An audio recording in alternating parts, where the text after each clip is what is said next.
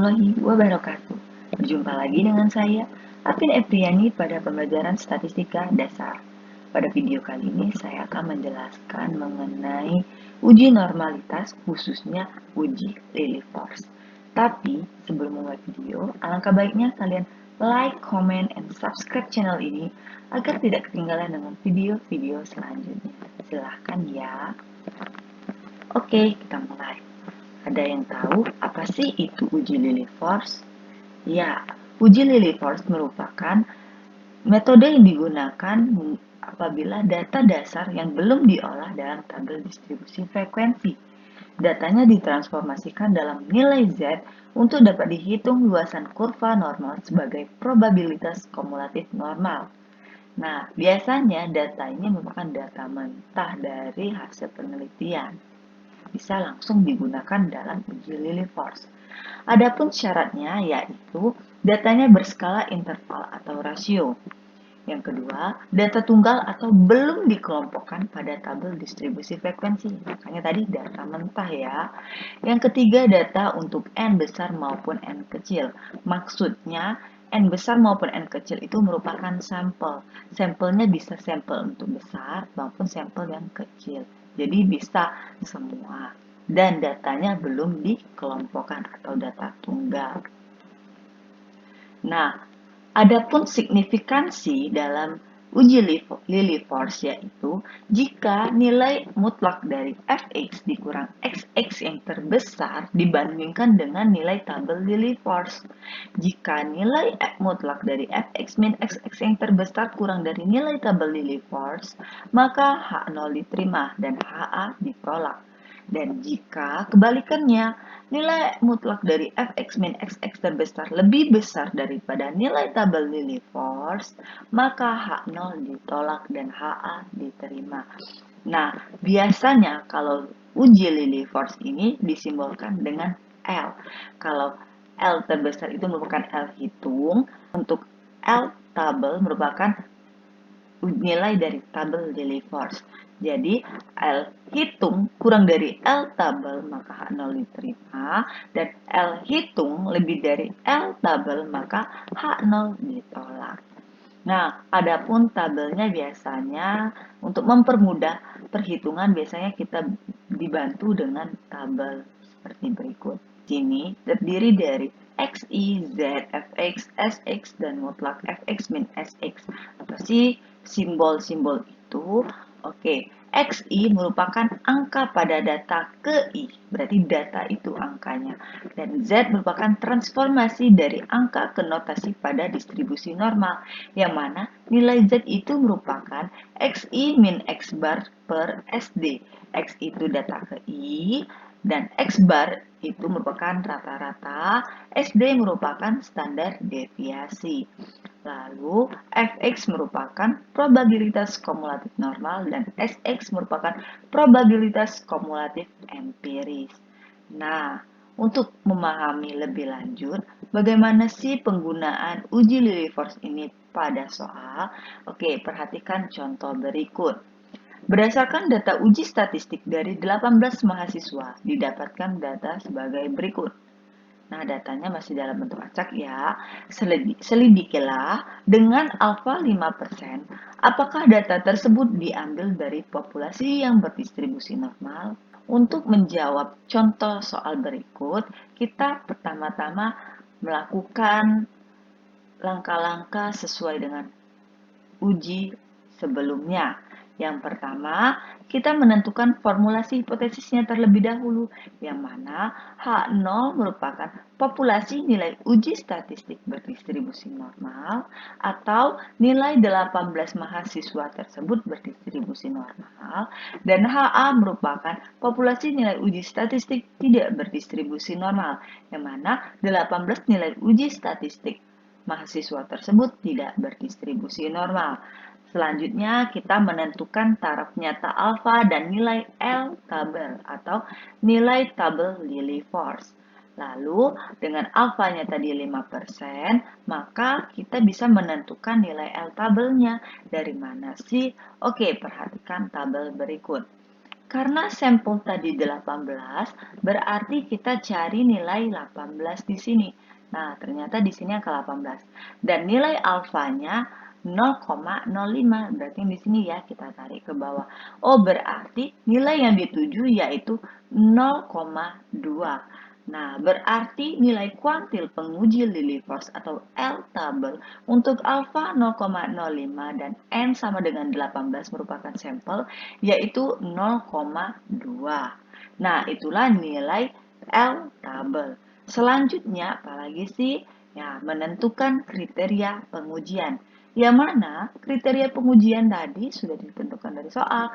Jika nilai mutlak dari fx min xx terbesar kurang dari nilai tabel Lilly force, maka H0 diterima dan HA ditolak. Artinya, apabila L hitung kurang dari L tabel, maka H0 ditolak. Dan sebaliknya, apabila L hitung lebih besar daripada L tabel, maka H0-nya ditolak. Nah, L hitung terbesar itu maksudnya apa? Nanti setelah kita mencari nilainya, cari nilai yang paling besar. Itulah yang menjadi L hitung. Selanjutnya, menentukan nilai uji statistik.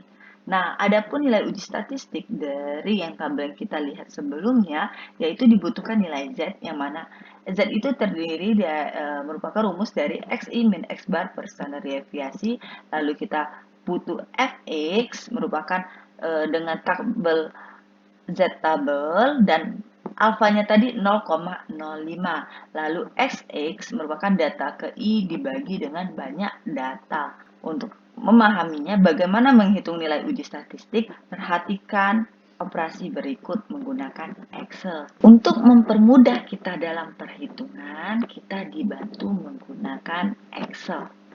Jadi, dari soal tadi, data mentahnya kita catat lagi seperti ini. Dari data mentah ini, kita urutkan terlebih dahulu. Sehingga seperti ini sudah saya urutkan ya. Mulai dari yang kecil sampai yang terbesar. Ini hasil pengurutannya. Setelah data diurutkan seperti ini, baru kita dibantu menggunakan tabel ini. Sudah saya sediakan ya. Data yang sudah diurutkan ini kita substitusikan dalam tabel. Oke.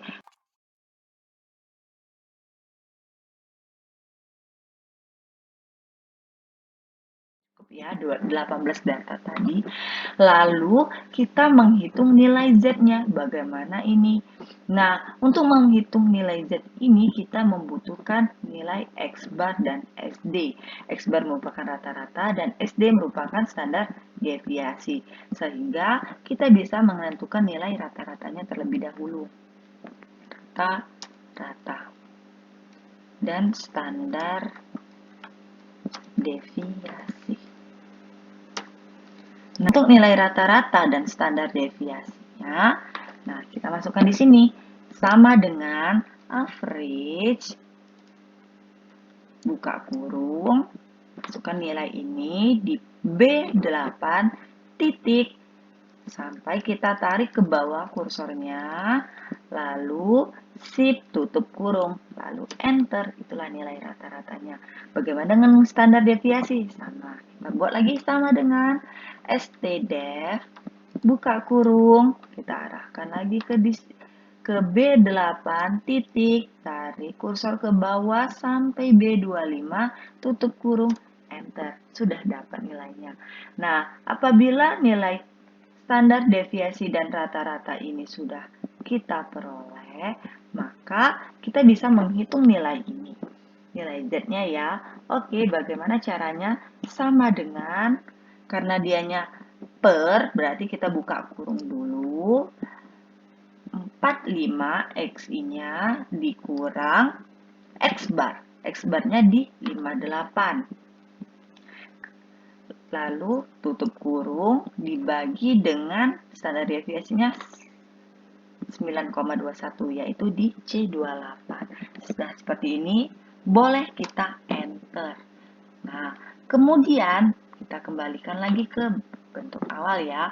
Karena nilai rata-rata dan standar deviasi akan digunakan untuk setiap soal, nanti kita akan ada perubahan. Nah, seperti ini. Kalau saya menggunakan ini, maka akan nilainya tidak akan keluar.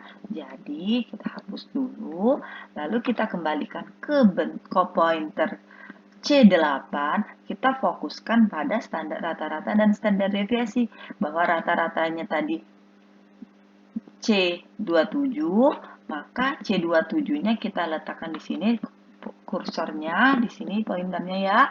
Lalu kita tambahkan dolar. Dari mana sih dolar?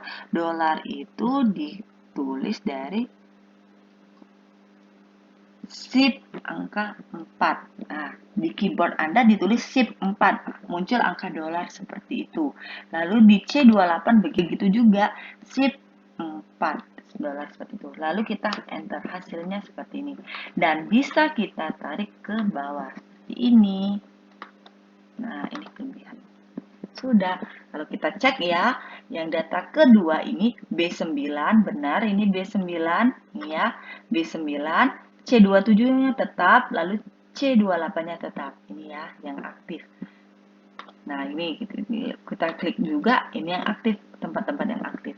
Dengan dibantu dengan dolar untuk yang nilainya yang tidak berubah, rata-rata dan standar deviasi.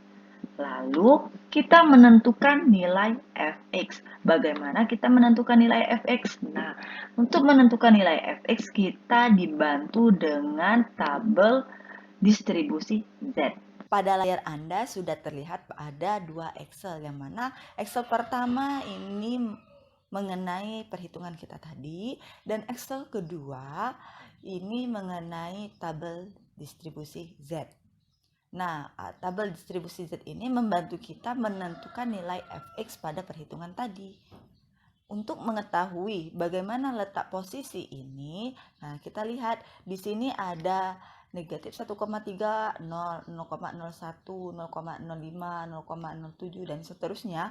Berarti kita akan menggunakan dua angka setelah koma. Berarti apabila angka kita sudah seperti ini, maka kita ubah menjadi 2 koma. Nah, dengan cara seperti ini, kita blok nilai Z-nya tadi, lalu kita klik home dan pilih numbers, pilih 0 komanya. Nah, ini kebanyakan berarti kita kurangi ya, karena kita tadi mau 2 belakang koma. Nah, ini negatif 1,46 dan seterusnya. Jadi kita tinggal memasukkan nilainya di sana.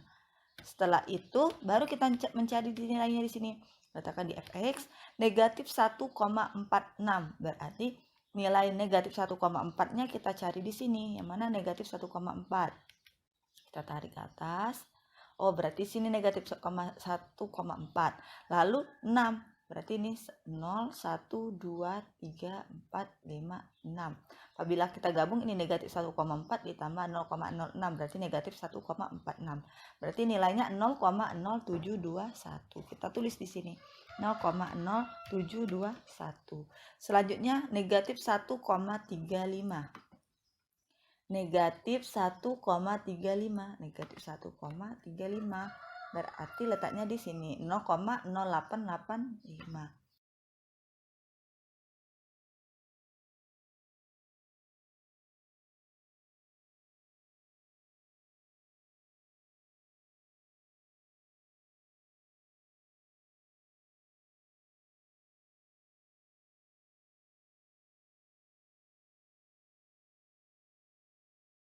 Nah, inilah nilai Z tabelnya.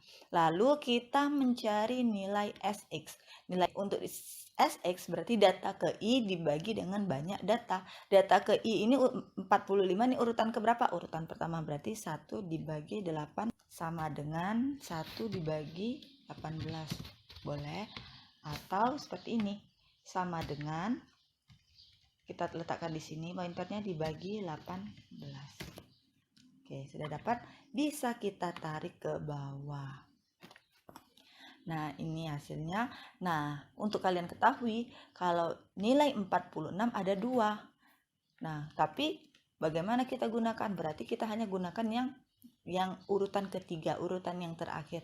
Antara urutan kedua dan ketiga berarti menggunakan urutan ketiga. Berarti yang ini boleh kita hapus. Selanjutnya, kita cari lagi nilai 52. ada 3 ya, berarti kita gunakan urutan yang ke-7, berarti yang kedua ini dihapus. Karena kita ambil yang terakhirnya, yang selanjutnya 65 ada 2 juga, berarti ini kita hapus. 68 ada 2 juga, boleh ini kita hapus. Lalu kita mencari nilai mutlak dari fx min sx. Dari mana itu? Berarti sama dengan absolut, buka kurung, nilai fx-nya dikurang dengan nilai xx. Nah, ini hasilnya. Kita tarik ke bawah. Nih. Ini ya. Terus sudah seperti ini, karena ini tadi kan yang di sini sudah kita hapus, berarti ini kita hapus juga. Ini kita hapus juga, yang ini juga. Terus yang ini juga kita hapus. Yang ini kita hapus juga. Nah, lalu kita mergerkan saja.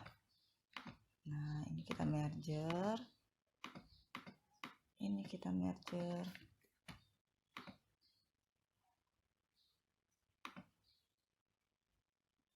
Ini selanjutnya merger juga.